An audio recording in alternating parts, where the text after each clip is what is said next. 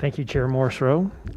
I think, as you know, we're currently in the process of building the district reopening plan in accordance with the state plan that came out a few weeks ago.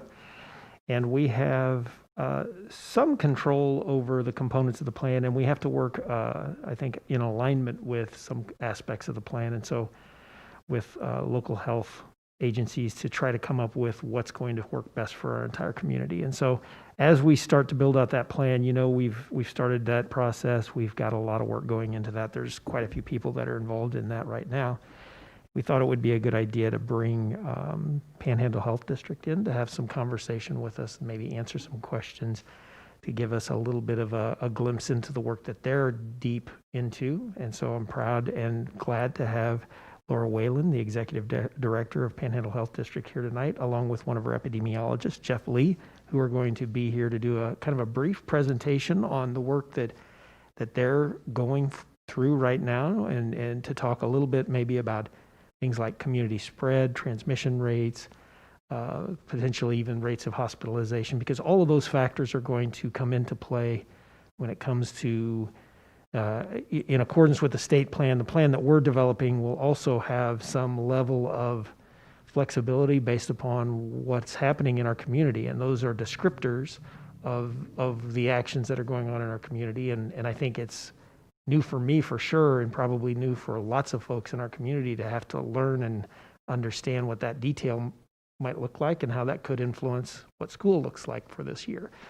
So I would just like to welcome them here to our meeting, and would like to kick this over to Laura now and have her introduce herself, and maybe Jeff, and just kind of talk some of that stuff through, and then remind us that we've got all kinds of opportunity to ask questions and dialogue about this. So just open for that discussion tonight. Mr. Chairman, Board, Steve, thank you so much. And I am going to kick this off by introducing my lead epi manager, Jeff Lee. But let me start by saying we're in uncharted territory. And I appreciate being here with you and working through this with you.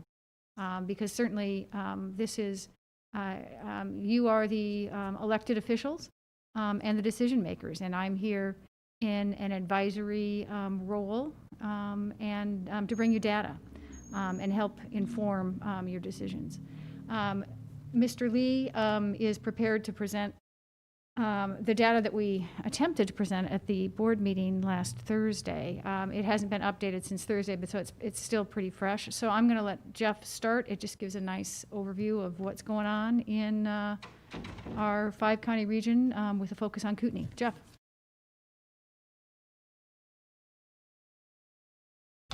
Good evening. I'm going to wait for the slides to come up. Okay. Sure. If we could go to the next slide, please.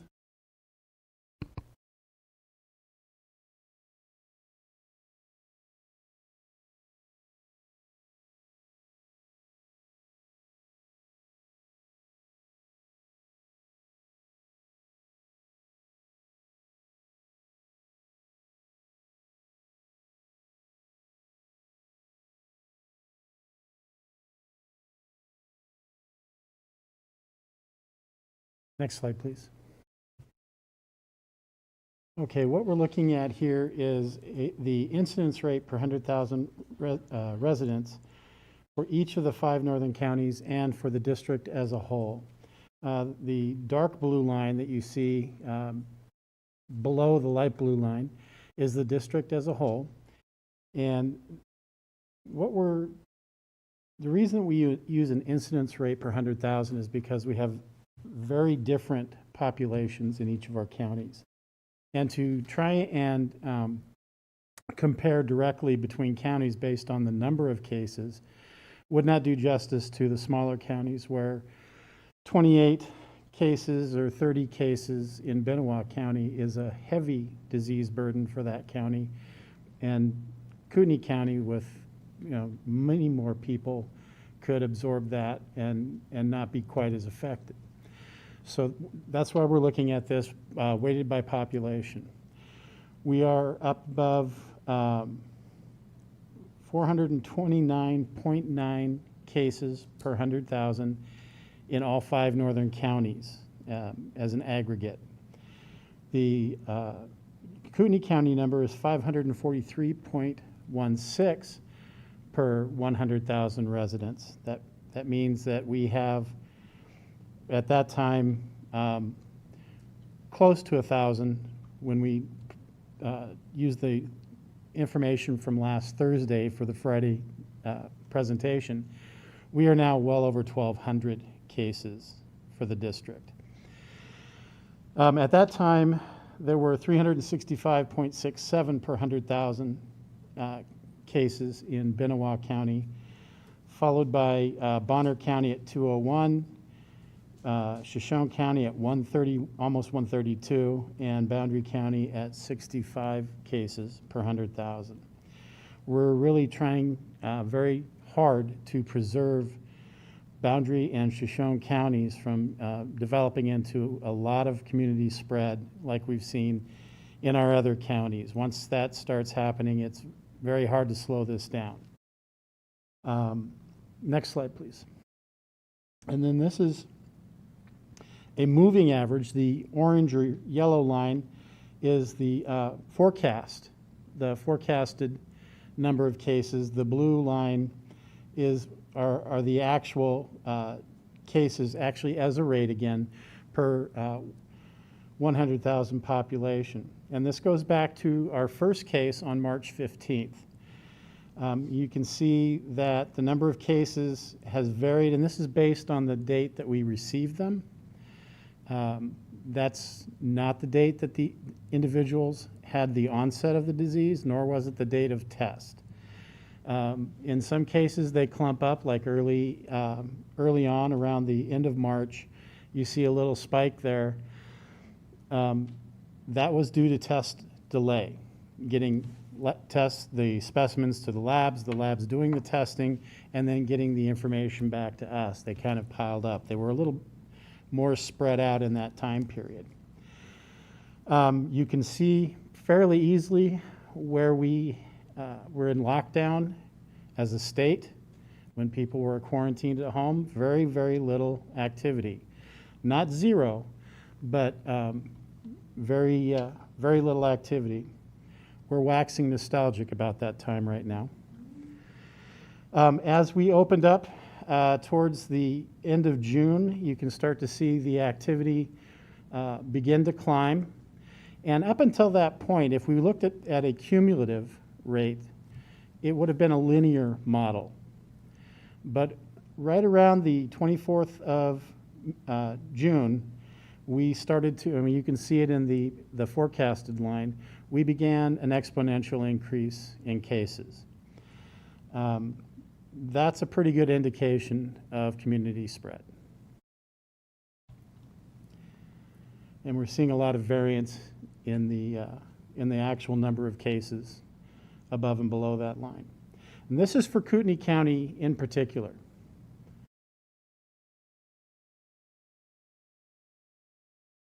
And we've been seeing close to 100 cases per day coming in. That puts a great deal of strain on us in trying to contact each of these individuals, to conduct an interview, to find out who all's in the home, who are contacts in the home, and who their contacts are out in the community. And that includes venues, including daycares, schools, restaurants, bars, businesses. So we're working diligently at that, but we are a little bit behind the power curve, you know, for transparency's sake. We're trying to play catch up at this point. Next slide, please. Now this is the cumulative incidence that I was talking about. Instead of having an exponential curve, though, what you're seeing is the effects of a logistical, or a log scale representation. And the reason for the log scale is because the numbers are very different in each of the counties. So to be able to represent them all here, It's on a logistic scale, or a log scale. The blue one at the top is Benoit, Benoit County. And then orange is Bonner County, gray is Boundary County, and yellow is Shoshone. And then the light blue line there that almost mimics Bonner County is the total. So again, we see that although there are numerically not a great many cases in Benoit County, the impact on that county, because it has such a small population, is significantly higher than the other counties at this time. Next slide, please. So a little bit of data. Long-term care facilities. This is another area that we're very concerned about. This is what really caused the coronavirus to take off in Washington State back in late February, early March. Right now, there have been 17 cases, as of last Thursday, there had been 17 cases in long-term care facilities. That's what LTCF means. Currently, or at that time, on Friday, we had 6 active cases. And by active, that means that they had not met the criteria to be considered no longer communicable. And 11 that were no longer being monitored because they had met the criteria. And I want to speak to that a little bit. A lot of employers are requesting their employees who become infected to get tested before they come back to work. And I just want to caution that what we're seeing is that people that have had the disease, they have gone if we were using the time and symptoms pathway, it's a minimum of 10 days from the date of onset. If they are one of those that is asymptomatic, then it's 10 days from the date of the test. And there has to be a continuous 72-hour period. That changed today. Did you see that? No, I didn't. 24 hours. DC just. Darn them. I know. I didn't study for the test. Okay. Well, it was 72 hours. Now it's 24 hours without a fever and without using any fever-reducing medication, so ibuprofen, Tylenol, that kind of thing. And symptoms are improving. Not that they're gone, but that they're improving. The individual's feeling better. If they are doing the testing pathway, we have seen people new teeth, can't do a thing with them, continue to test positive for up to a month after the symptom and time pathway would have been completed. We've actually had employers say, just stop testing, come back to work. So we're really not recommending that. The CDC is not recommending that pathway unless they're healthcare workers who are having direct patient care. In general, for employers, for schools, for daycares, it's not a recommendation. The recommendation is the time and symptom pathway. There have been 7 cases in staff of the long-term care facilities. Now, it's going to be hard to prevent infections in long-term care facilities. Staff have lives. They're going to go to the store. They're going to go out. People are going to go visit their relatives for at least a couple months there. They couldn't visit their relatives. That was a lot of heartache for people. They may not know that they've been exposed. And then they go back into that congregate living setting, and they're amongst high-risk individuals. These are people that are older. Their immune system is not as responsive. They have underlying health conditions that predispose them to more serious illness if they become infected. That's a big concern. So when we're looking at these numbers, I really want to acknowledge the hard work that the long-term care facilities have put in to limit the numbers to this level over the course of the pandemic to date. We know historically from just a few months ago that That wasn't happening everywhere. That, many, many people became sick, and many of them died. Again, there are 7 different facilities that this is occurring in. 5 of those facilities, as of last week, had no existing cases, and we've not had reports of new cases from them. Next slide, please. So healthcare workers. This is another priority area for us for many reasons. One, we don't want our healthcare workers becoming ill and not being able to do their job, especially if we start to see an influx into the hospital. The other is that we don't want our healthcare workers passing it on to their patients who have not been infected but could be exposed from the healthcare worker. So to date here, 73 healthcare workers, and that includes the staff from the long-term care facilities. There were 33 cases in a, yes, sir? Oh. Oh, okay. No, it's okay. If you have questions, please stop me. I'm kind of an interactive speaker, so I don't mind the interruptions. There were 14 active cases in a clinic or hospital setting currently, and 19 of the 33 are no longer being monitored. We did have a home health nurse that was ill. I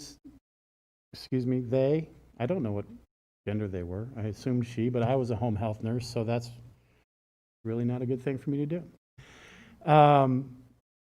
The 7 in the long-term care facility, there's only 2 that are currently being monitored. And I just need to say that in the few days since we put this presentation together, these numbers may have completely changed and we don't have anybody in monitoring. Again, the testing pathway can take a long time, but the symptom and time pathway is 10 to now maybe 11 days if they need an extra 24 hours to meet the criteria with no fever. And private providers, we had 2 cases, and they may no longer be being monitored. Next slide, please. So hospitalizations and deaths. It's more than 35 cases that have been hospitalized. Well, yeah, correct. And 1 death that is contributable to COVID-19. There have been other deaths, but for various reasons, the jurisdiction where the person actually resided, as opposed to where they died, we're only counting the 1 death at this point. And if it's okay, we'd like to keep it there. Any questions at this point? I just wanted to clarify, so the minimum of 10 days, is that from onset of symptoms or from exposure before someone could return to work? That's a good question. It's from onset of symptoms. However, not everybody has symptoms. And so as a surrogate marker, we use the date of test, which may be several days to a week after the exposure. So there's some extra buffering built into that, but we want to make sure that there is a defined 10-day period where we can ascertain that their symptoms are improving and that they meet that criteria. Prior, it was 72 hours, now it's 24 hours with their symptoms improving.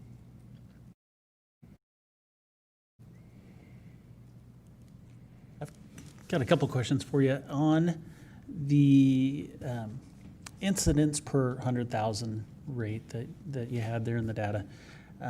How is that compared statewide? And obviously we've seen an exponential growth statewide as well as locally here. So are we fairly consistent? No, and for a couple of reasons. One, we have various population densities throughout the the state. We are the densest population, obviously, up in the Panhandle area. But District 3, which is the Southwestern Health District, District 4, which includes Boise, and District 5, which includes Blaine County, where we had our most serious case numbers. There's a lot of people that go there for the amenities from out of state. They have a higher rate per 100,000 than we do. They started earlier as far as people bringing it into the state, infections occurring, and leading to community spread. So we're well below Ada and Blaine counties. We're way above Lewis County, Idaho County. So, you know, because of the variation in population densities, it varies throughout the states. Okay, thank you. The other question I was just curious about, you provided information regarding long-term care facilities and healthcare workers, but I wondered if you guys are tracking daycare facilities at all, and if you had any data, or maybe you could just kind of speak to that. How's the summer gone in those settings? We are seeing cases primarily in daycare workers.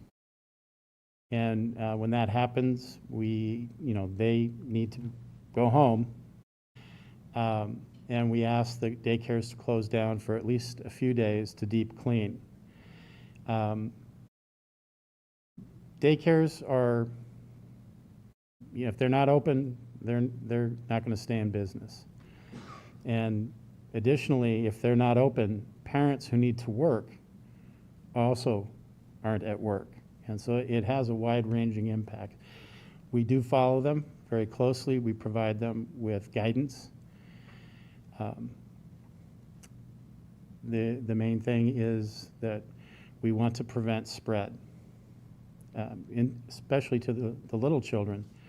But, somebody's at a daycare, kiddo goes home, infects siblings, infects parents, then they go to school eventually. That we see that same pattern with pertussis and with other respiratory illnesses, influenza, or gastroenteric diseases like norovirus. It goes home to the family, whether it's a parent bringing it into the home, or a child from school, or a child from daycare bringing it home. It affects the family, and then they go to their various places and continue to spread it. And we have no reason to believe that it would be any different with COVID-19, especially since it is a respiratory spread ailment.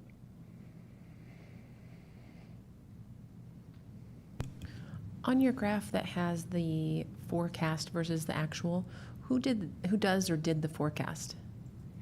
We actually meet on a weekly basis, with the exception of the last 2 weeks, with Kootenai Health. We do modeling. Some of the epidemiologists and I do modeling to try and forecast. We don't go out any further than 2 weeks. This work was done by my colleague Hillary Hunt, and she does a pretty good job with those. Do you have any modeling for us? If you do it 2 weeks in advance, do you have that with you by I chance? didn't bring it with me. Can you speak a little bit to it, perhaps? Where you might see us in 2 weeks or potentially even a month from now? Sure. on what So we have a couple of different approaches. There are a number of different models being used around the country. And the caveat that goes with modeling is that's all it is a what if. It's only as good as the data we have to put into it. And that's why we limit it to 2 weeks in the future. Initially, we started out with probably about a dozen different models that we were putting our numbers into.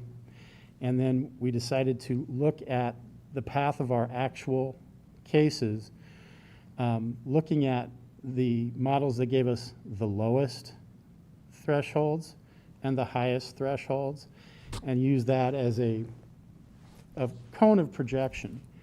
And initially, we were following pretty close to the low end. But then by like I said, the third week of June, things started changing, and we started moving up towards the upper end of that cone, and then we went outside the cone. So the models are adjusted fairly regularly. Another colleague of mine, Lauren White, is our expert in that area, and she is working on that for me right now. Would it be possible when you guys get those projections that you could share them with the school district? Sure. Again, they're not crystal balls. We wish we had one of those right now.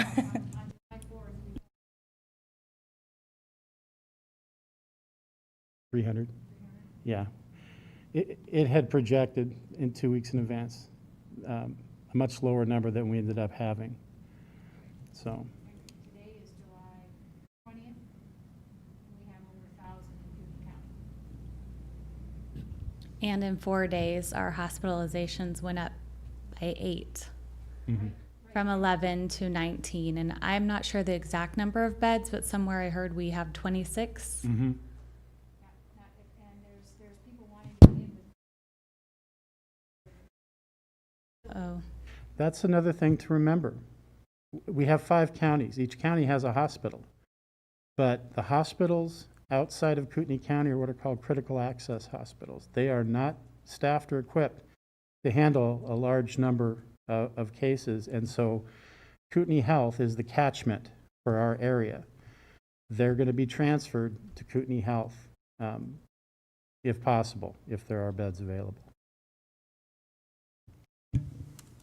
What does your modeling show, or even your historic data? You know, obviously we're in summer season, which gets very busy around Coeur d'Alene. A quick trip up 95 or a slow trip up 95 tells you there's a lot of people from all around the area. You know, lots of people are traveling because they're off work or whatnot.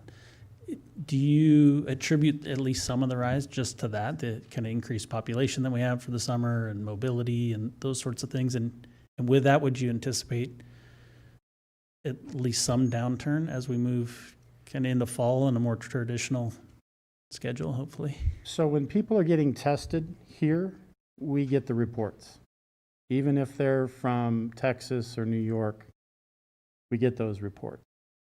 And very, very few, as a proportion of the total reports, are from people from out of town. Everybody, the vast majority, are from here locally. Some of the key things that we have identified is that as restrictions eased, people tended to gather in traditional gathering places, bars, restaurants, other venues where social distancing, keeping this 6-foot distance, wearing masks, wasn't observed. They were in close, very close contact in a loud, noisy area where they had to talk loud, and more droplets come out when you talk loud. And that just becomes an excellent way to spread a respiratory illness. Certainly, if I might, we had a conversation with Bob Lutz today. Laura, I'm sorry. Would you mind going up to the mic when you're talking? Just that way, since we are live broadcasting, if you're not at the mic, no one can hear you at home. Thank you. From 6 feet apart. So did have a conversation with Dr. Bob Lutz today. He's the director of Spokane Regional Health Department. Thank you, Stephen. And certainly, I mean, we live in we're really one big community, right? And his sentiment and in living and working in Spokane and communicating with a lot of Spokane folks is they freely come over here because they feel more free. You know, they aren't under the obligation to wear masks. There's more opening of establishments for them to gather. So then they go back to Spokane. They may bring it here. They may get it here. I mean, it's a flow back and forth across the border. And that's a true statement for any of the diseases we track, because it's a very fluid population back and forth across the border.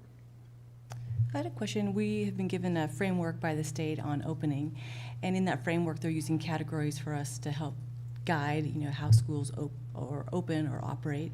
And they use transmission risk. And I was wondering if you could speak to how you would define transmission risk for one, and then currently, what is our risk of transmission? Would you say that we're squarely in category 2, we're edging towards category 3, and what parameters we would use to make that decision as a board of trustees? Is it rate of positivity rate, hospital admissions, prevalence? Just some guidance on how we could make a best guess on if it's safe to open schools and in what fashion. Yes, all of those. The positivity rate is a good indication when people are presenting with symptoms and there's a concern that they may have been infected, they are sent for testing. The positivity rate helps us to determine if we're seeing an increase in community, in the spread in the community. The positivity rate is climbing here.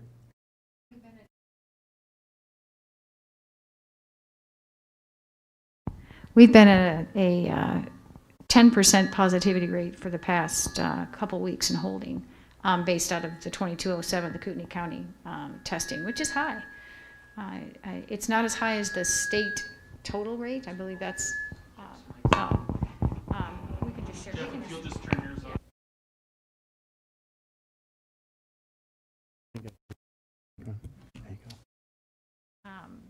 I believe the state positivity rate, when I looked at it today, was, what was it, a 14.9?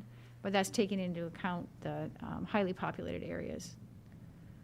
But we're rising. We used to be at a 2.5% positivity rate.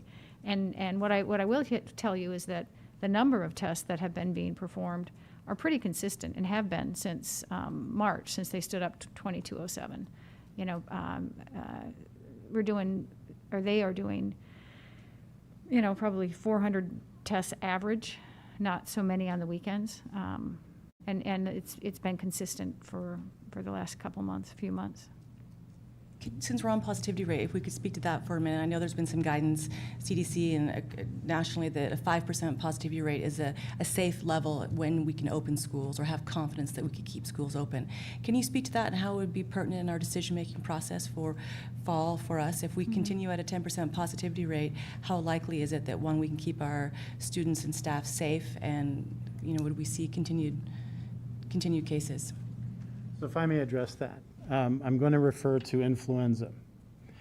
Influenza, we use a 10% positivity rate each season, and we do use some of the schools as sentinel sites for monitoring absentee rate, along with other sentinel sites so that we can get an idea of laboratory positivity rate, the school absentee rates. We're looking at emergency department visitation rates. There's a lot of data that we bring together to make our determination. What I've seen over time is between a 5 and 7% absence rate is pretty normal for high schools. It's lower for the elementary schools. I kind of attribute that to they don't have cars, can't get off campus quite as easily. And we do see it go up in flu seasons, not always. We see circulation among adults sometimes more than we see it in our schools. Remember, these are sentinel sites, so I'm not looking at every single school. I'm just looking at particular schools. But the positivity rate is a good indicator of how much it's circulating. The other things that we look at, like you said, we're looking at incidence rate and prevalence. When we're getting this many cases all at once, it's not only a lot of incidents, but all those folks now have to go through that 10-day period. Some will be done at 10 days. Some who have challenged immune systems or have other underlying health conditions aren't going to be done at 10 days. They're going to continue to have symptoms, maybe relapse, for whatever reason, go in the hospital. A lot of times people go in the hospital not in that first week, but later on. And that's not atypical. We saw that with SARS the first in 2002, 2003. They were getting very sick in the second week after onset, and that's when they were the most contagious, and that's when they were infecting healthcare workers. This one's not as devastating, fortunately, as that, but it's still a very important and serious virus. So we look at a number of things. We're also going to look at the number. We have a syndromic surveillance system. The state of Idaho participates with pretty much all the other states in collecting information from emergency rooms about who's coming to the emergency room each day and what they're coming for. And we can filter down and query for different things. And we are monitoring the presentations in the emergency room for coronavirus, amongst other things. We look for flu, we look for violence, car crashes, we look for a lot of things. But we would look at the percentage of all visits associated with coronavirus amongst the total number of ED cases. We look at the age groups, who's being particularly affected. Are they being admitted? Are they being discharged? And what are their outcomes? Because if you're not admitted and you're not discharged, there's another option we don't like to see. We also are looking at the overall incidence rate in each county. Again, a small number in a small county is a large burden. During flu seasons, we've had schools close down. Superintendents call us and say the school is closing, or schools are closing down. Do you have a lot of kids sick? No, but I have a lot of teachers sick, and there's nobody to be there for the kids. So that's another consideration.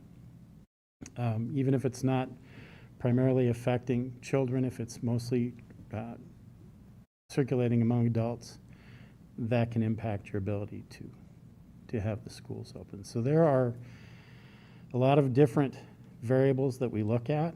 We're learning more, and we're learning how to look at those different variables. This is a brand new virus. As far as we're concerned, it's 8 months old. And quite frankly, like I said on Friday, I'm just a local epidemiologist, and I'm waiting for the really smart folks in the laboratories and the universities to figure things out.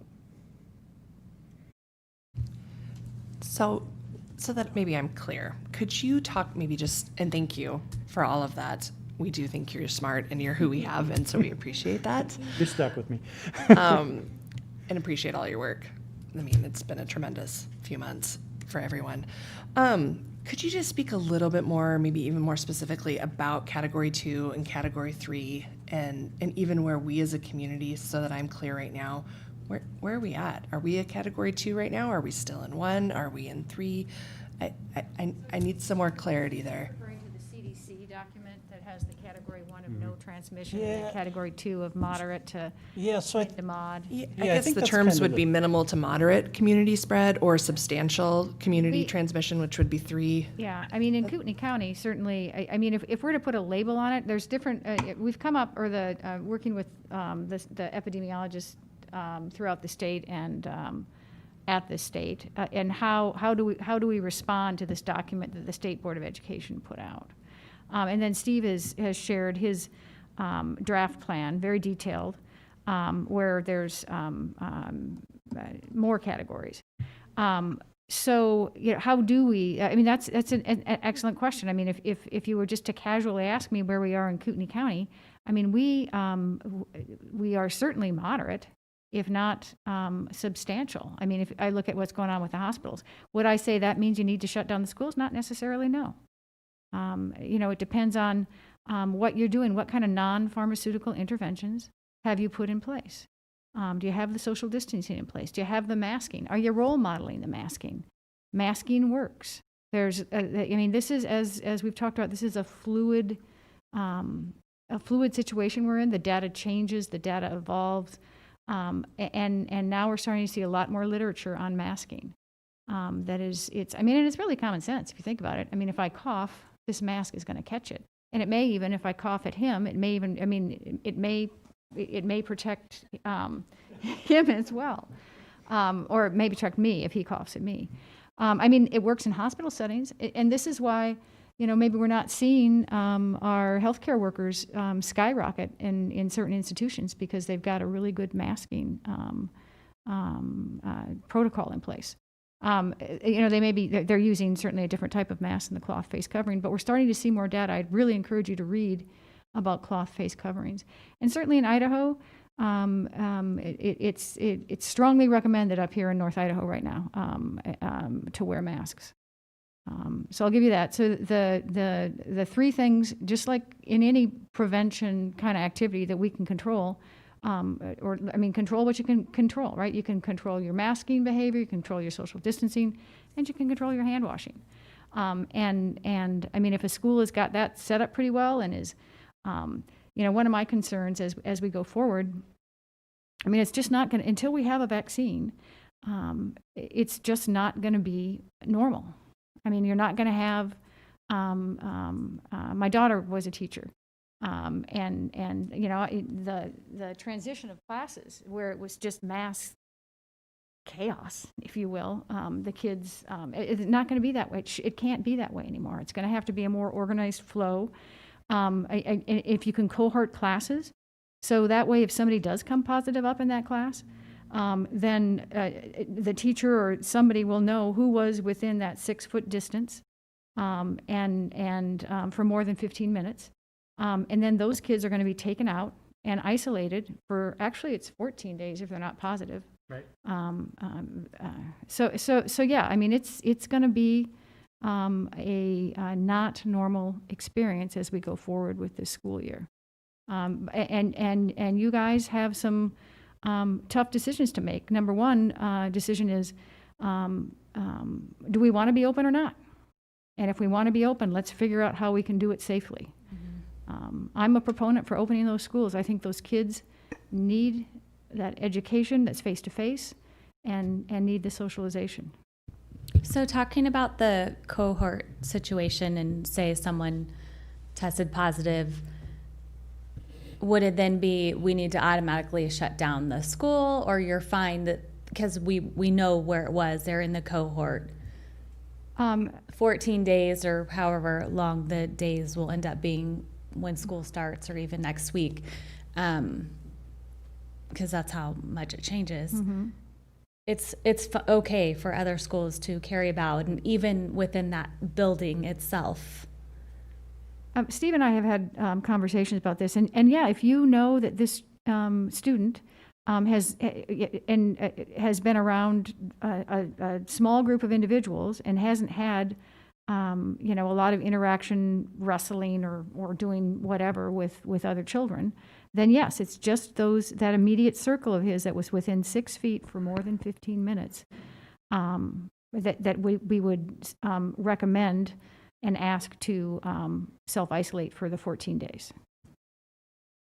Can you talk a little bit about 6 feet within 15 minutes, is that, and I've asked this 100 times of our district staff, is that consecutive minutes? Is that throughout the day? It's in, a week? I'm going to let my epi answer that one. There's not a lot of information on that. Right. It would be a duration of 15 minutes with that engagement. Obviously, cumulatively, you're going to be around people more and more all day, but what we're talking about is the amount of potential inoculate that you're being exposed to and breathing in at that time. 15 one-minute exposures throughout the day is not going to be the same as 15 minutes at one time. And then I'd like to address Ms. Smith.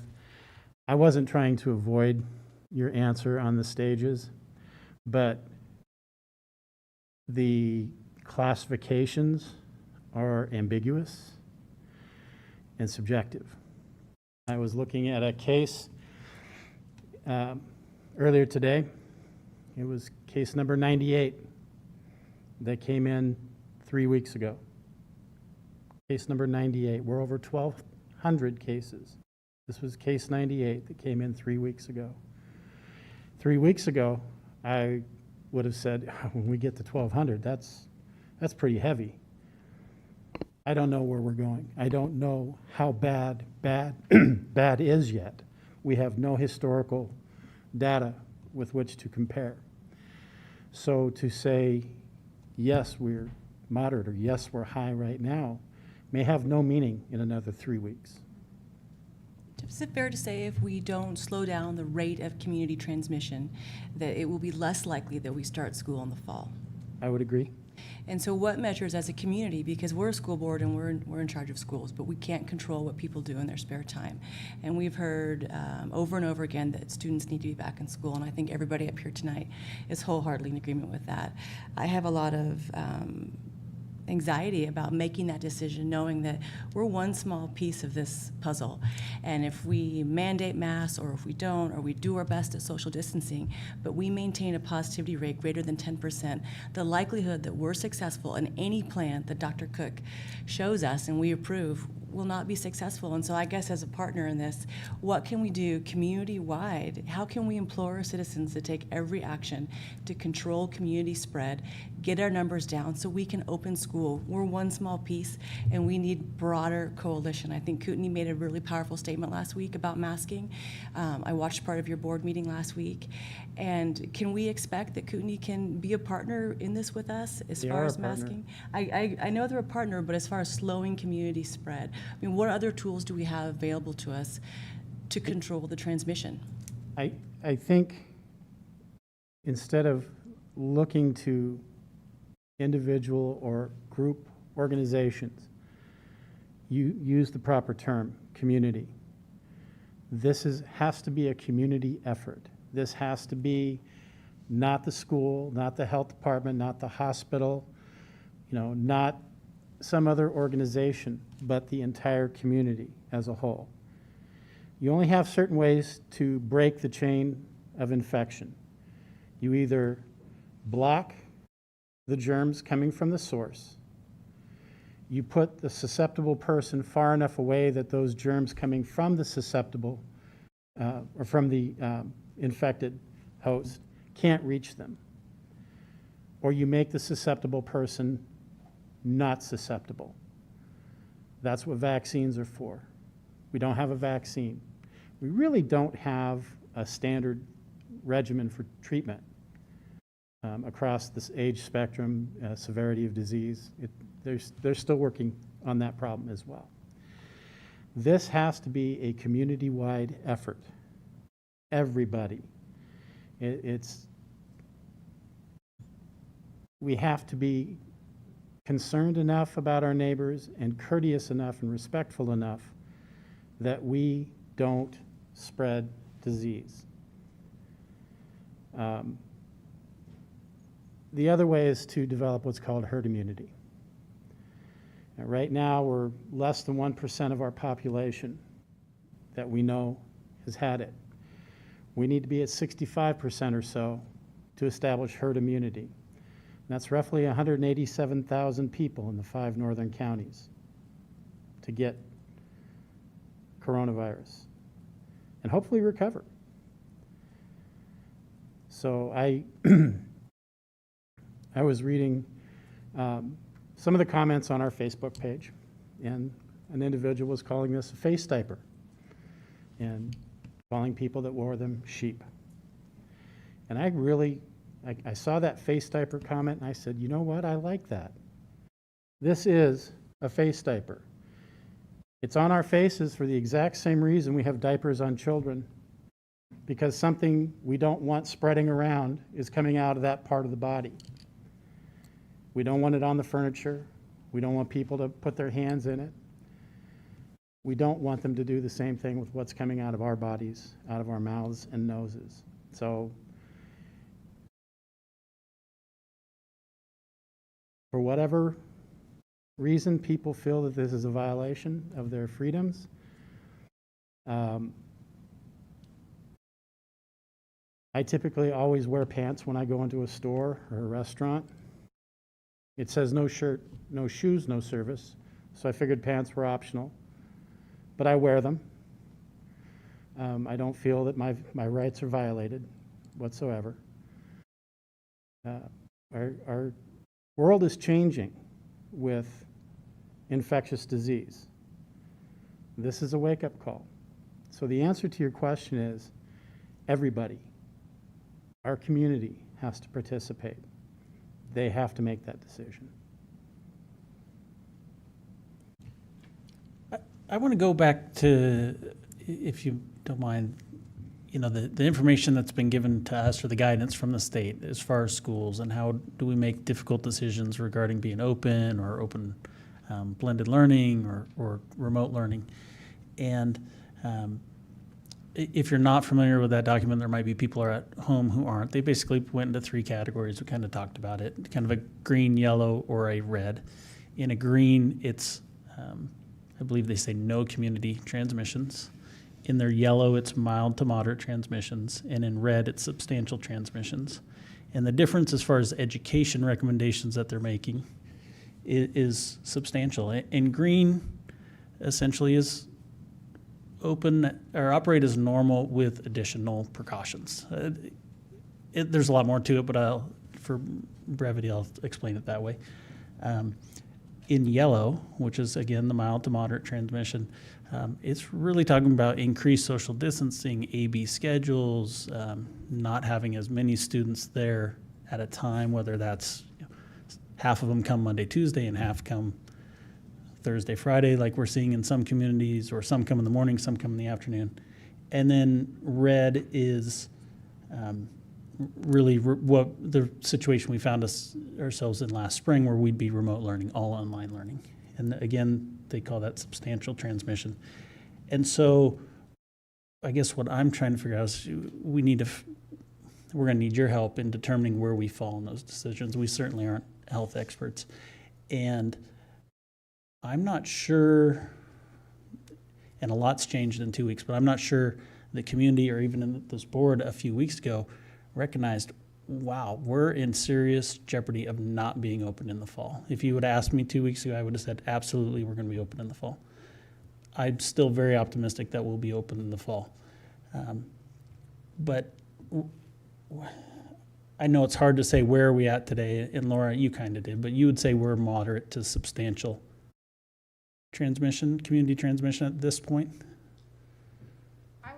Yes, I mean, it's out there in the community. You could get it in this room, get it at a grocery store, there is community transmission. They moderate, some venues more substantial than moderate. I'm not at the microphone. I got the Mr. Maven. But we don't know. But we don't know, and we can't know. I am, as I mentioned earlier, very much a proponent for the schools opening in a safe manner, and working with the individual school districts. That if we do have cases or a cluster in a school, we work with that individual school. There may come a point in time. I mean, who's to say that and I'm hopeful that the economy is not going to shut down again. I don't think that's tenable. But if that step should happen, then it's a different scenario. But I don't see that happening. I think we have to figure out a way to educate our children, and it may be a hybrid model of some sort. You all are the experts there. All we can do is give you the data, tell you what works, the little things we have. When there is a vaccine, work with you to get the vaccine to the population groups that need it most first, and go from there. I wish I had a black and white answer, and I knew that's what you'd want, because you guys are in the education field, and black and white is I like black and white too, but I just don't have black and white. Again, I would just reiterate, the mild, moderate, and severe are categorical. I'm an epidemiologist, I like numbers. And categorical is open to interpretation. I would like to know at what incidence rate per 100,000 moderate is, or when it should be considered severe. We don't have those metrics. They haven't been agreed on. Perhaps together we can decide what range, but we don't know what the upper threshold is. We don't know. We haven't gotten to the knee in the curve, so we don't know what the worst is yet. Again, we have no historical data with which to compare. You know, So, and I would say one of the when you're getting to that, what is the worst is it's when our hospital has no more beds that can take care of COVID patients, and we're sending them somewhere else. Where is that somewhere else? Spokane? Oh, they're pretty full too of COVID. Where are we going to send them? Maybe we're not going to get there. I don't know. I mean, I know the hospital is very concerned today. But these patients are not, I mean, they come and they go. I mean, it's not like, these are different individuals than you saw yesterday, the day before. Some of them are the same, certainly, but, they're coming and going. As you remember from COVID, 80% are going to have mild to no symptoms. 20% are they're going to not, and we've seen this play out in our, when we're talking to folks, are going to be kind of pretty sick. They're not going to feel good. And of that 20%, 5% may end up needing some assistance with oxygen and need a hospital bed. And of that 5% that are pretty severely ill or acutely ill, 1 to 2% are going to end up in the ICU. So do the math. The more cases we have, the larger the burden on our hospital system. To me, I care about the schools. I want the schools to open. I also really worry about our hospital's capacity and want to see that stay strong. So we are happy. It's been an hour. We're happy to stay longer, but I am pretty protective of my Jeff. He's been working 7 days a week, as we all have, and so I would like him to go home to his wife.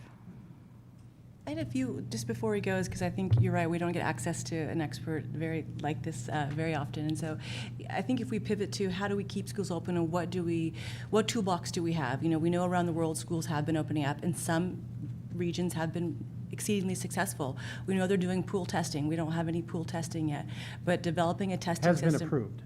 Excuse me? It has been approved. It has been approved. We don't currently have it The in our community. FDA has approved pool testing. Right. And so I'm trying to brainstorm ways that we can be proactive in if we're able to keep our schools open. So testing is going to be integrally important. Developing a partnership with Panhandle or Kootenai that we can do some of our own testing so students aren't waiting, or if they're exposed, that we have an avenue that we can get testing done rapidly. Maybe that's something we can dialogue in the future. Classroom settings. We talk about social distancing, but I think we need some really some more discussion, because even talking about cohorting, well, how do you cohort students in a hallway that's crowded with 200 other students? Well, then all of a sudden your group of 18 just went to a group of 100, or lunchrooms. Those are things that I think down the road we are going to need professional guidance or expert guidance on.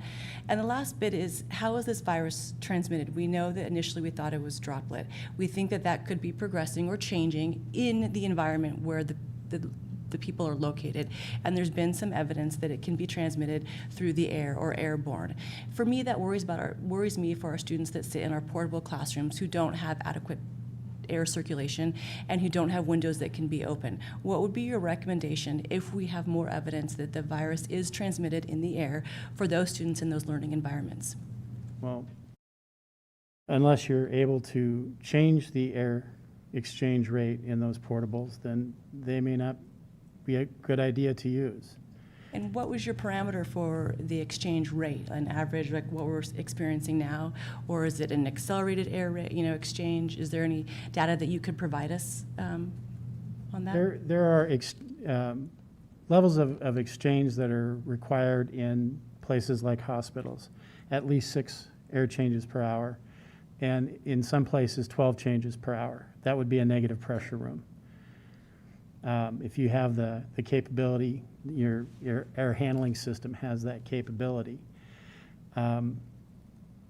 Those are some environmental things that you can look at.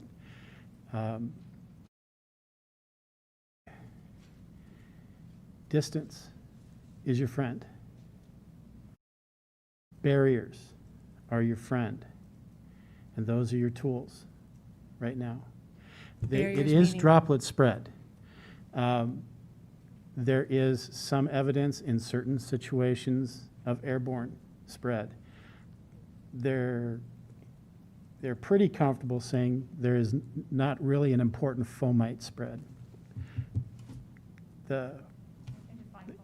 That's what I'm doing. The things in your environment that droplets can drop onto. It's not considered an important spread. But understand that, again, this is a new virus.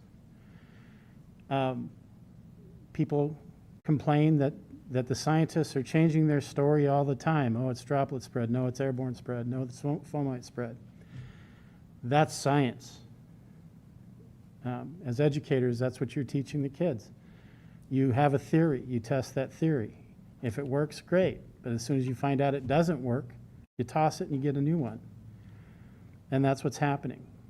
It's a learning process, and we just don't know enough about this yet. But at this point in time, distance is your friend and barriers are your friend. I understand that a lot of the parents are uncomfortable with their children wearing masks or having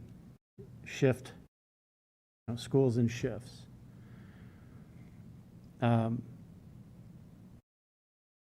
I wish I had the answer, because I would probably go and barter it for a much higher pay. But I would miss being the local epi. And barriers, you're referring to face masks, correct? Yes, ma'am. Okay. Yeah. In a hospital, they wear a mask, and if they're not wearing an N95 that's properly fitted, they're wearing a regular procedure mask and a face shield. And the mask that I'm wearing is for your protection. If I'm wearing a face shield, that's for my protection. That stops the wet stuff from getting to my eyes, the mucous membranes, because that's where it lands and gets in if you're not breathing it in. At this point in time, those are the only things that we can offer as available tools, is distance and barriers. I know these are probably really rudimentary questions for you, but since you're here, are things like choir and band and PE increased exposure risk because of? Absolutely. And sports. Even outdoor sports. Because they're breathing heavy. Believe it or not, I played on the line. They used to throw me off the line quite a bit, but you're breathing pretty close to your opponents and people next to you. I was also a wrestler, so I know that's a hazardous.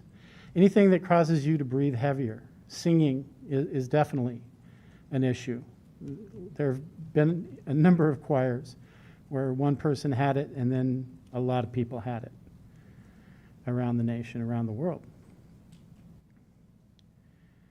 It's a different time. It's a new paradigm for us.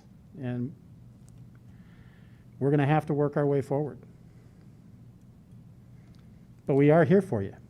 We appreciate that. I'd like to be respectful of Jeff and Laura's time, and certainly let Jeff go if we're okay with that. And if there's maybe a couple of follow-up questions, procedural type stuff for Laura or not, we could handle those.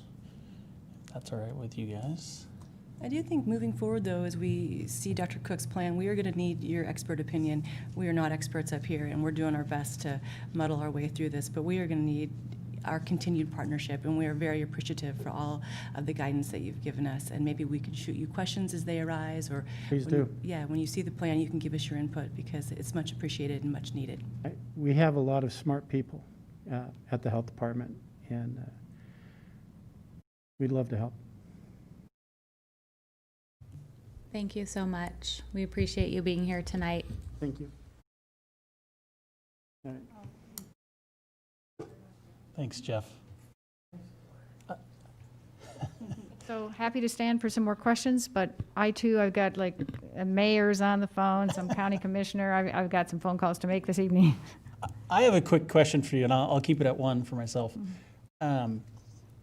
Statistically speaking, the group of the population that we serve, students, age 5 to 18, the risk is statistically insignificant, right? Or that might not be the right. I wouldn't. That's not the right word, but right. it's minimal compared to an elder population. So can you just talk to me about what your concern is with schools opening? I think I know the answer. It's community transmission. It's community transmission. It's also, children can get pretty ill. There's new data coming out. It's a small number of children, but there's something called COVID toe.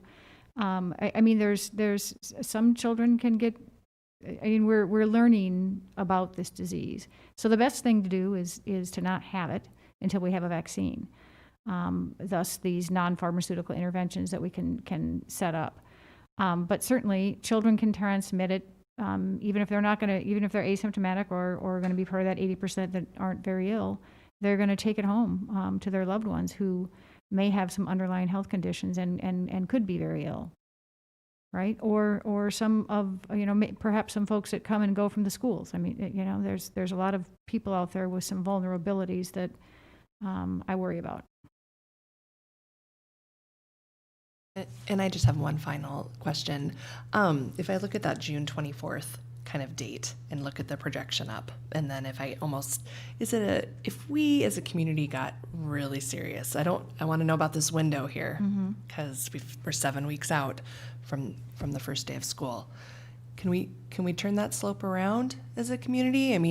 What's the time up and the time down? Can we turn that slope upside down? No, I don't think we can turn it upside down. Right now, if you look at, I don't have nearly the epi expertise that some of my counterparts in other states have. And they look at their R-naught, and R-naught is, the time it takes to, how many people can one person transmit it to, right? And so the R-naught, is it right? I don't know what it is here, but in other places, maybe the R-naught is 1.52. Can they bring that down to a 1? We want to see it at a 1.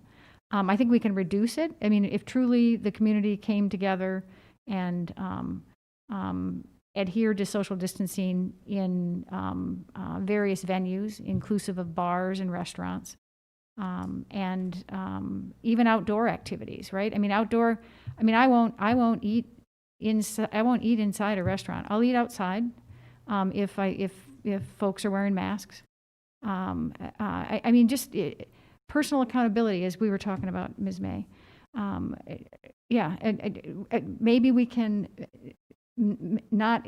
I think it's going to continue to be exponentially going up, but maybe not quite as fast. The other part too is like you look at these daily numbers. And sometimes it's a lab delay that, so today we didn't get in, I can't remember what the number was, but it wasn't a high number of cases. But is it because there was a delay at the lab in testing? I know that there's always problems with the lab. But know that we've got our finger on that pulse, and we'll continue to make that data as transparent, try to display it in a little bit better manner. We're getting a little more savvy. We're never going to be hacked again in Zoom. So I have a comment that ends with a question you may or may not be able to answer. But as I've listened tonight, I have a frustration in that there isn't any answer to what moderate versus severe means. And to me, that can be the distinction of being in school all day or being in a split blended learning environment. I know that there's not consensus amongst the higher, be it our governor, be it our school board, our Idaho School Board, be it Panhandle Health on mandating masks. And without that type of consensus or the decision at those upper levels, I am struck by the concept that we are supposed to be pioneers, meaning this board or some other school district is being expected to answer those questions when we aren't even remotely in a position to accurately do that because of who we are and what our jobs are. So are we supposed to be pioneers? And if we're not, how do we get answers to the questions of severe versus moderate versus significant or mandating masks? Right. And certainly, I understand your frustration, and I think we're all pioneers right now. As I mentioned earlier, and I shared with Steve a draft document that some of the EPIs around the state and some of the state EPIs put together to define, what is to try to line up with the State Board of Education's category 1, 2, and 3. And it's more broad than, when you get to category 3, you don't just shut down. It's like there may be targeted short-term or extended building closure. And I'm fine, Steve, if you, this is just understand that this is draft. I'm fine if you share it with your board. But how substantial community transmission is defined is as the SBE did it, right? It defined it, which I think was a large-scale community transmission, healthcare staffing significantly impacted, multiple cases within communal settings like healthcare facilities, schools, mass gatherings, et cetera. So healthcare staffing significantly impacted. How do you find that? Hospitals in the community, then it could be a combination of the below. They're canceling electives because they don't have room, right? They're closed to new admissions. Only patient visiting is no more, only ED visits. And they're operating at something called crisis standards of care. And then multiple cases within communal settings, like healthcare facilities, schools. How do you define that? So you're looking at facility or event-based outbreaks within the last 6 weeks, and a lot of cases, multiple cases within each outbreak. So that's vague too. So really, Ms. Brumley, it's going to be us working with you to see how we can best serve the kids. And it's going to be, it may well be hybrid, but it's something other than what we've had over the course of this last school season. And I wish I was more black and white for you. I wish I was. I really do appreciate you entertaining my question, and I know that we're all, to quote a phrase, for several months in it together, and I feel like you guys are really here to help us, and I do appreciate that. Mm-hmm. Oh, absolutely, and will be. I'm forming a team to work specifically with schools, because schools are about to get back into gear, and it is going to take a team. And so you certainly will know who your contact is. I think it may still be me with the superintendents, but with some of the other staff, we'll have a team of folks that will be at the ready to answer questions. I have one last question. The one important piece of this puzzle that we haven't spoken as much about are teachers. And this doesn't work if we don't have teachers for our classrooms. And so I do worry that we can't adequately protect them. And if we have teachers that are at risk, or even if they're exposed and then they're out for a 14-day period, finding long-term subs is not easy, especially in this sort of environment. What do we say to our teachers that, how can we provide them the assurances they need to go to work safely? And I think that's keeping me up at night, because I'm not sure yet I have the data with the ambiguity between categories and, transmission rates, and there's just so much out there. It's difficult. And so is there anything that you can provide us that we can assure our teachers that they're working in a safe environment? I think you can set up the best plan and communication, like any business. I mean, my employees have never, they've been at work since the beginning, the bulk of them. Certainly we have some that are doing services from remotely, but very few. It's an all hands on deck scenario.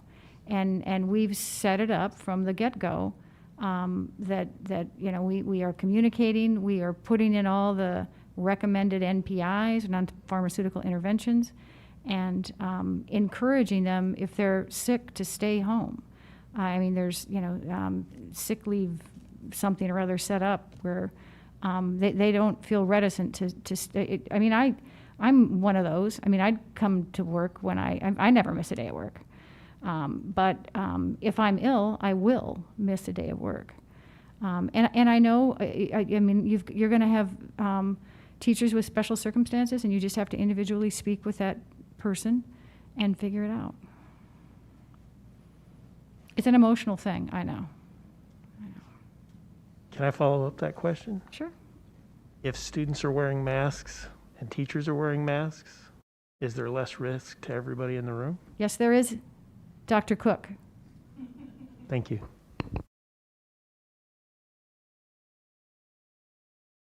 Okay, any final questions for Laura? Okay, thank you. We know you've been working a lot of hours. Well, I thank all of you. So thank you Yeah. for coming and spending extra time with us. Okay. Thank you, and know that we do stand ready to assist. Thank you. Dr. Cook, do you have additional information you wanted to share with us or discuss? I know we ran a little longer than we anticipated there. So I'll leave that to you. Yeah, I think, we've got a document that we're working on. It's still in draft form and it's still out. We've got quite a few subcommittees that are working to tidy up our recommendations. And so I anticipate that'll start to become a little more ready for prime time, whatever, to be in front of you guys here soon. I do want to suggest, at least at this point, that we are looking at more than just a 3-category model, just because we do recognize and believe that being in a green state is probably not something in our near future. And we felt like there was a need for a little more flexibility. And we're trying to build something that, well, I'll say it this way. It's very clear to us that our community wants students in school 5 days a week, and what would that look like, and can we build a model that would provide those options if we can get over this curve a little bit and get into a situation where we have reduced spread and maybe it's not so prevalent in our community. But I do worry a little bit, and it resonated with me that Laura was stating the fact that this is going to be difficult for us to do by ourselves, and that we're going to have some community involvement in getting this resolved. So we're going to try and get that to you guys soon, for sure. Obviously by August 3rd, that'll be our goal, but we're going to try to get that. It's still a work in progress, but the idea of multiple categories and a little more flexibility with that model is coming out. So that's really I'd like the to only. just clarify, I guess, on the reopening plan. That's, I think, what we're calling it, right? Yeah. And I know we communicated out about it a week or 10 days ago, I think, in an email, whether it was with our survey or the newsletter that went out to our families and students and staff. And I've heard a lot of talk, I'm sure we all have, about, wow, August 24th, like people really bid on August 24th, which is when we're proposing that we would take action on a plan.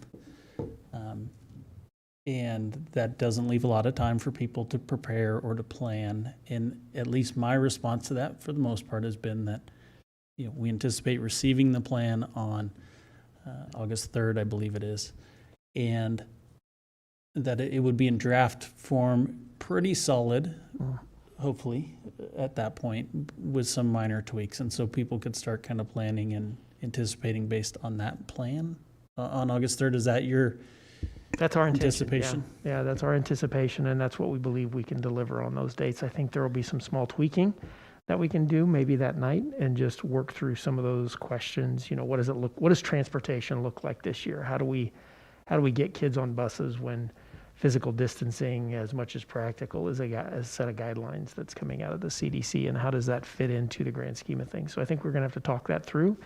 And you heard Jeff, there are some very specific non-pharmaceutical interventions that we can do to help ensure that we stay in school. And I think that's what we're working on, is trying to maximize those opportunities.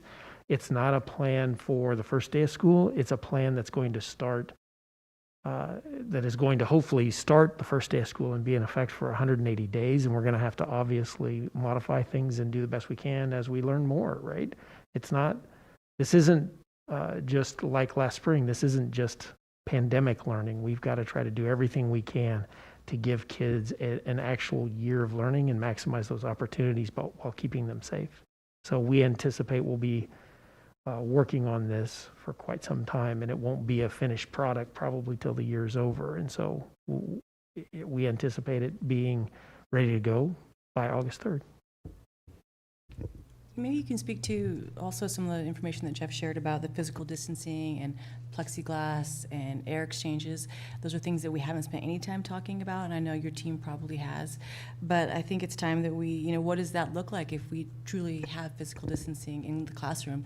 How many students is that per classroom, and how do we handle communal spaces, recess, lunch? Is that information that will be included in the plan that we're going to see in August? Yeah, in much regard, what we're looking at is a plan that escalates in what those interventions are as necessary based upon categorical circumstances. And so what we were asking tonight about what category would we be in is really important for the kinds of plan we're developing. And so some of these things are very clearly articulated in the state guidance, and we're gonna build our plan, and is being built so that it matches that plan quite specifically. But yes, we are talking about things like how can you maximize outdoor space and use classrooms or use outdoor space as classrooms to spread kids out, and things like what it would look like to have traffic in hallways minimized. How do you do things like cohort kids? And how do we track the air exchanges in our ventilation systems? And what does that look like for kids in portables, and whether or not that's even feasible? And right, and I think we use a fair number of portables, and so what does that look like? I think August, we need to have an honest conversation and get some more data from our partners in the community about, is it realistic that we even begin the year in portables for some students if we have a transmission or a positivity rate that's greater than 10. I mean, I think there's some parameters that we can use, but I do worry about the students and teachers in those areas that aren't adequately ventilated.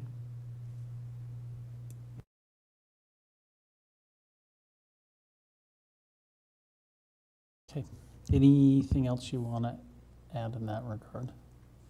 I think the Covered. other piece of this is that we probably need to just at least discuss is the fact that the High School Activities Association just released their guidance on what sports would look like for this fall. And it's, at this point, it's a little bit incomplete.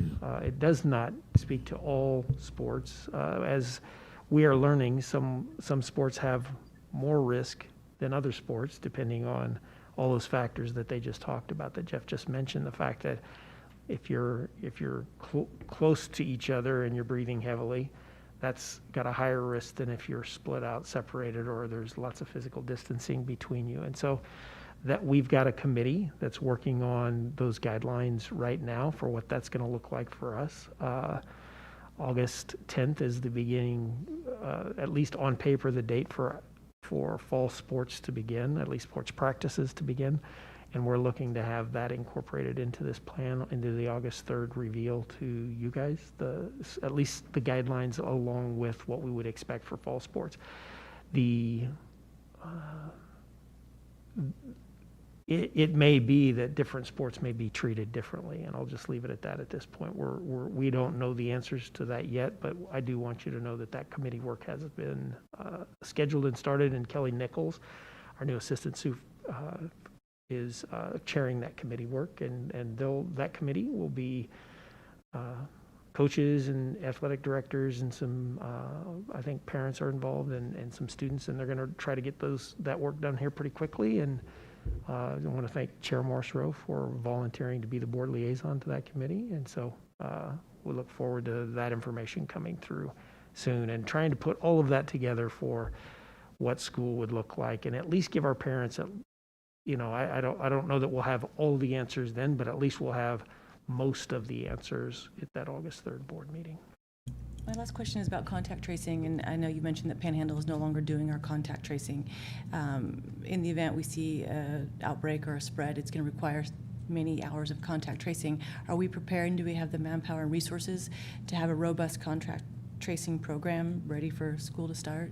So we've been doing them this summer with the programs that are going on this summer. So the answer I would say is yes. Now, depending on how this goes, once we get 11,000 students and 1,000 employees back into the district, that could be difficult. I don't know. We'll just have to see. I would remind us that we just passed a budget a few weeks ago that absorbed a pretty substantial cut, and so we were fortunate in that we didn't have to cut a tremendous amount of positions or personnel, but at the same token, we also didn't have a bunch of extra folks that could take on additional work and additional burdens. So we'll have to wait and see how that goes. And I would let you know that there are definite concerns in our world with what that would look like if substantial extra duties would be assigned and needed and necessary in an environment where we're just trying to hold together a budget that absorbs quite a bit of cuts. And there's also talk about the possibility of extra sessions in the legislature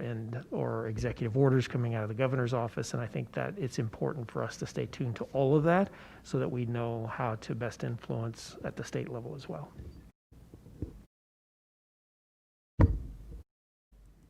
Okay. Any other questions or comments? And I'm assuming as part of that plan that we would see then, if there's any community needs or ways that the community can be helpful, that maybe we could begin outlining some of those. I've had a lot of people approach me and say, well, what does the district need? How can I be helpful? What are the other kind of things that we could be doing? So my hope would be that we would be able to push some of that out at that point. Yeah, I think we'll know some of that. Even we know some of that now. You know, one of the things that we've talked about is, wouldn't it be great if we had, I call them like outdoor venues, right? If we could get some of those big tents that you could have circulation air, you know, you don't have to have the walls all the way down on the side, so you've got air circulation going. At every one of our 17 schools, you would actually increase your class sizes because you can push people outside, maybe even when the weather's not the greatest, right? Those kinds of things.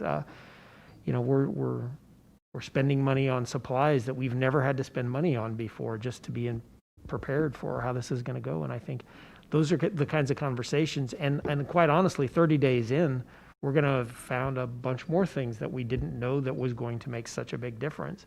And so I think that's just being prepared to go into this learning as we're doing it, since there's not a playbook, and being responsive to those suggestions. And as we recognize those opportunities, I think you're going to see people excited to go outside, and students and teachers and staff, if we're in buildings, are going to want to be outside for a change, and we're going to promote that maybe more so than we ever have. And flexibility. We've got to all be able to be flexible. I know we've talked about parents wanting to know, what is it going to look like in the fall? We would all love to know what it's going to look like in the fall. Did we expect to go from 11 hospitalizations to 19 in 4 days? No. Talking about all the categories and phases, and I mean, we checked off a number of the things on the list that she talked about that would put us in a high category. So as much as we would love to know, and as much as all of us want our students and teachers in the classroom, we all have to be able to be flexible, and we all have to be doing our part, quite frankly, not just in our schools, but in our communities, so that we can have something that looks more stable, or whatever everyone keeps talking about, normal. This is normal. Sadly, you know, we want to go to normal. Well, today this is normal. What is it going to look like tomorrow? Well, we don't know what we don't know, and they're learning so much. So I just think flexibility and patience and kindness will serve us all well in taking care of one another. So thank you. We know that all these plans and everything that you guys are, you know, trying to put together so quickly to make sure we're keeping everyone safe and also listening to our community who wants their kids back in school.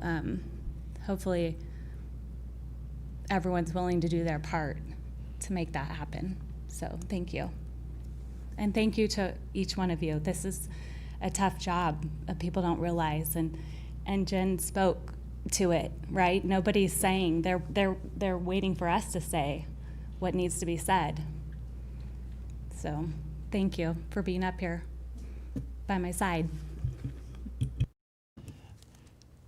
You know, I think one big takeaway I took, Jeff talked when I asked about daycares, and he talked about the importance of daycares to our community and to working folks and our businesses. And I think that and I know we all know this, but that very much applies to us as a district, right? And any substantial deviation from school, as we know it, certainly has a burden or an impact on our community. And I know we're trying to do our best to operate in as normal a setting as we can. And I think it's important that we do. And I think we all agree that. And we've seen guidance change quickly from American Pediatrics Association and different groups about, hey, this is important, and the impacts on students is important, and we need to do everything we can to be open and make decisions to do the best we can. So appreciate all the hard work. Okay. Why don't we adjourn? We're back in 2 weeks, I believe, from tonight with our August 3rd meeting, and we'll be back in this room, hopefully. So, okay, thanks, everybody. Have a good night.